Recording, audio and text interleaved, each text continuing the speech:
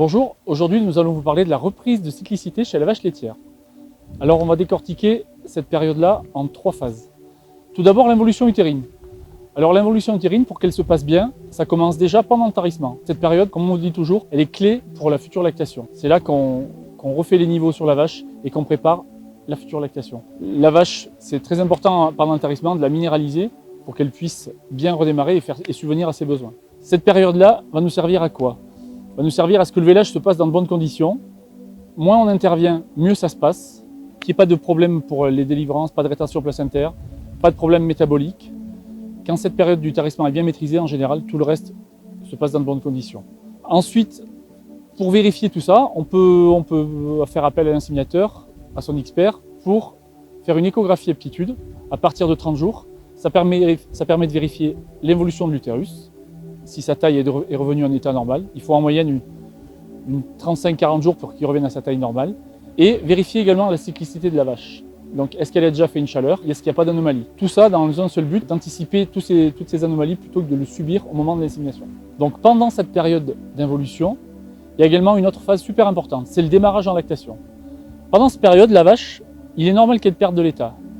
Elle est souvent autour d'une note de 3,5 au vélage et elle doit tomber autour des 2,5 points à la mise à la repro. Donc, pendant cette période-là, pourquoi la vache elle perd de l'état? Tout simplement parce qu'au bout de 2 semaines, elle est au maximum de ses besoins en PDI. Au bout d'1 mois, elle est au maximum de ses besoins en UFL. Elle est au pic de lactation à 6 semaines après vélage. Et malheureusement, elle ne peut qu'avoir son maximum d'ingestion 2 mois après vélage. Donc, il faut anticiper cette perte d'état le plus possible et qu'elle soit le moins forte possible. Donc pour ça, il faut essayer de concentrer la ration pour contenir ce déficit énergétique. On peut faire appel à un peu de propylène glycol sur les hautes productrices pour les aider à perdre le moins d'état possible et donc maîtriser cette capacité d'ingestion. Et enfin, venons-en à la reprise de cyclicité. Donc cette fameuse reprise de cyclicité, elle est liée à la perte d'état. Plus la vache perd de l'état suite au vélage, moins elle reviendra en chaleur rapidement.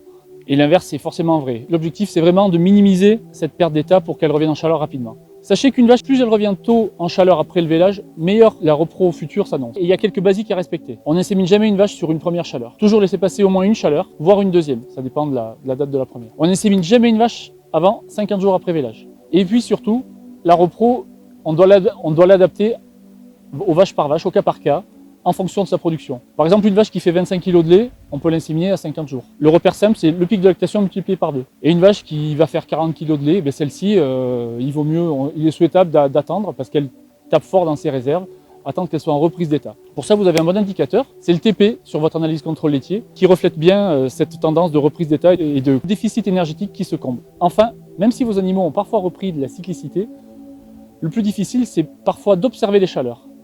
Alors, pour pouvoir travailler dans de bonnes conditions, l'idéal c'est d'avoir un bâtiment lumineux, confortable, avec des sols pas glissants pour que la vache puisse bien s'exprimer et que vous, de votre côté, vous puissiez noter les chaleurs. Par exemple sur le calendrier qu'on vous fournit chaque année, ou bien vous pouvez être équipé d'un détecteur de chaleur qui vous permet d'avoir un historique qui remonte très loin avec une grande base de données et qui vous permettra de prendre la bonne décision le moment venu avec votre inséminateur.